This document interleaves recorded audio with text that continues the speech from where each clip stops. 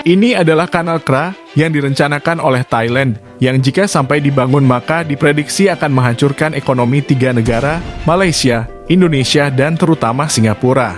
Karena kapal-kapal tidak banyak yang akan melewati 3 negara ini lagi. Dan ini adalah Selat Malaka.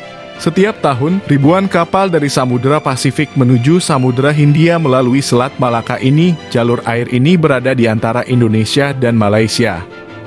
Lebih dari 100.000 kapal dan diproyeksikan mencapai 140.000 kapal di tahun 2026 melintasi selat ini.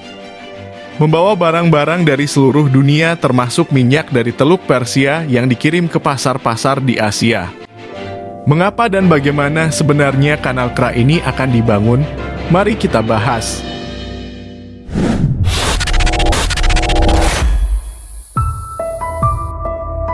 Selat Malaka mempunyai banyak masalah yang sangat serius. Dengan kapasitas tahunan 120.000 kapal, Selat Malaka sudah mencapai 80% batas kapasitasnya pada titik-titik tertentu. Selat ini sangat sempit, kurang dari 2 mil lebarnya. Jadi sangat padat dan rawan kecelakaan, padahal selat ini merupakan jalur kedua terbesar untuk perdagangan minyak di dunia. Pada tahun 2015 saja telah terjadi 60 kecelakaan di selat ini. Selain itu, di selat ini juga sering terjadi perompakan, karena selat ini sempit dan memiliki ribuan muara sungai di sepanjang pantainya. Perompak bisa dengan mudah menghindari penangkapan. Pada tahun 2019, jumlah perompakan di Selat Malaka melonjak menjadi 30 kejadian, yang pada tahun sebelumnya hanya 8 kejadian. Dengan semakin banyaknya perompakan dan kemacetan di selat ini, maka dibutuhkan solusi. Mungkin solusinya adalah kapal tidak lagi melewati Selat Malaka, tapi melewati sebuah kanal di Thailand yang lebih luas. Tapi mampukah Thailand membangunnya? Kanal seperti itu akan membuat perjalanan lebih singkat, menghemat hingga 1.200 km. Tetapi ternyata, ide ini sudah lama ada. Pertama kali diusulkan pada tahun 1677, tapi ditolak karena teknologinya saat itu belum memungkinkan. Pada tahun 1793, ide itu muncul lagi dan dibahas serius selama 100 tahun, sampai tahun 1897. Saat itu Thailand tidak dijajah karena Thailand dan Inggris setuju untuk tidak membangun kanal untuk menjaga Singapura tetap dominan karena Singapura saat itu di bawah kekuasaan Inggris. Tetapi, ide tersebut dibahas lagi di abad ke-20 hingga tahun 1946 dan Thailand sekali lagi setuju dengan Inggris untuk tidak membangun kanal.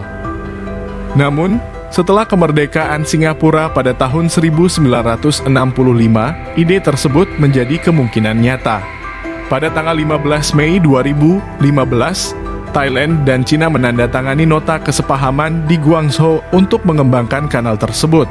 Cina, yang melihatnya sebagai bagian dari inisiatif Jalan Sutranya, sebuah strategi pengembangan infrastruktur global dengan menawarkan untuk menyediakan sebagian besar teknologi, dana, dan tenaga kerja untuk membangun proyek tersebut.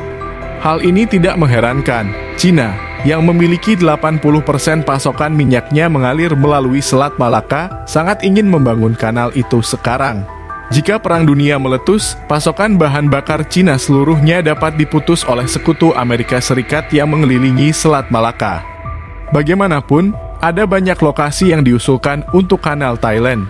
Versi terbaru hingga Mei 2020 dan proposal yang paling disukai akan menggali melalui Krabi, Cheng, Fatalung, Nakhon Si Thammarat, dan Songkhla, Thailand, dengan jarak 128 km. Untuk perbandingan, Kanal Panama memiliki panjang 82 km, dan Kanal Suez memiliki panjang 193 km. Dan sebagai catatan, kanal ini akan memiliki lebar 450 meter dengan kedalaman 25 meter, menjadikannya kanal terlebar di dunia. Semua itu akan memakan biaya sekitar 28 miliar dolar atau sekitar 447 miliar rupiah, akan membutuhkan 30.000 pekerja dan akan memakan waktu sekitar 10 tahun untuk dibangun. Itu akan memotong jarak perjalanan hingga 1.200 km. Secara hipotetis, Kanal tersebut dapat mengurangi biaya minyak mentah sebesar 9 sen per barel dan mengurangi biaya pengiriman minyak tahunan sebesar ratusan juta dolar. Sejak pengenalan proyek, Asosiasi Kanal Thailand yang terdiri dari sekelompok pensiunan jenderal militer dan pengusaha berpengaruh telah mempromosikan kanal tersebut dan berusaha meyakinkan pemerintah Thailand untuk mengejar proyek tersebut.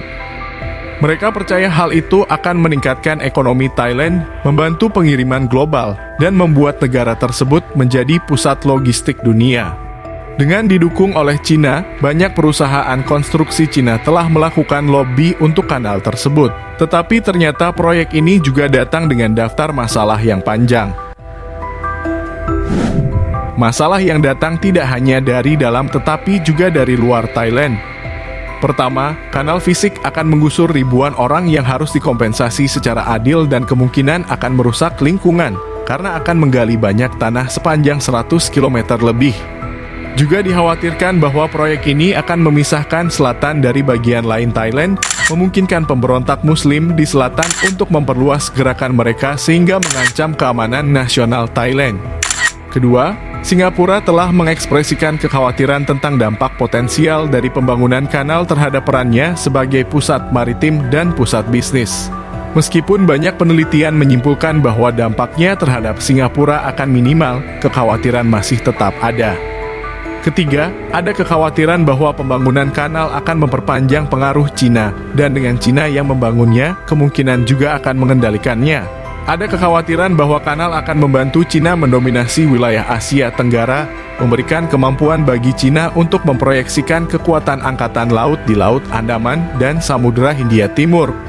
Sehingga Thailand mendapatkan tekanan-tekanan dari Amerika maupun Eropa. Ini menjadi perhatian serius yang harus dipertimbangkan sebelum proyek ini dilanjutkan. Karena semua masalah dan ketakutan ini, proyek ini belum terwujud sampai saat ini. Dan pada Februari 2018, Perdana Menteri Thailand menyatakan bahwa kanal bukan merupakan prioritas pemerintah.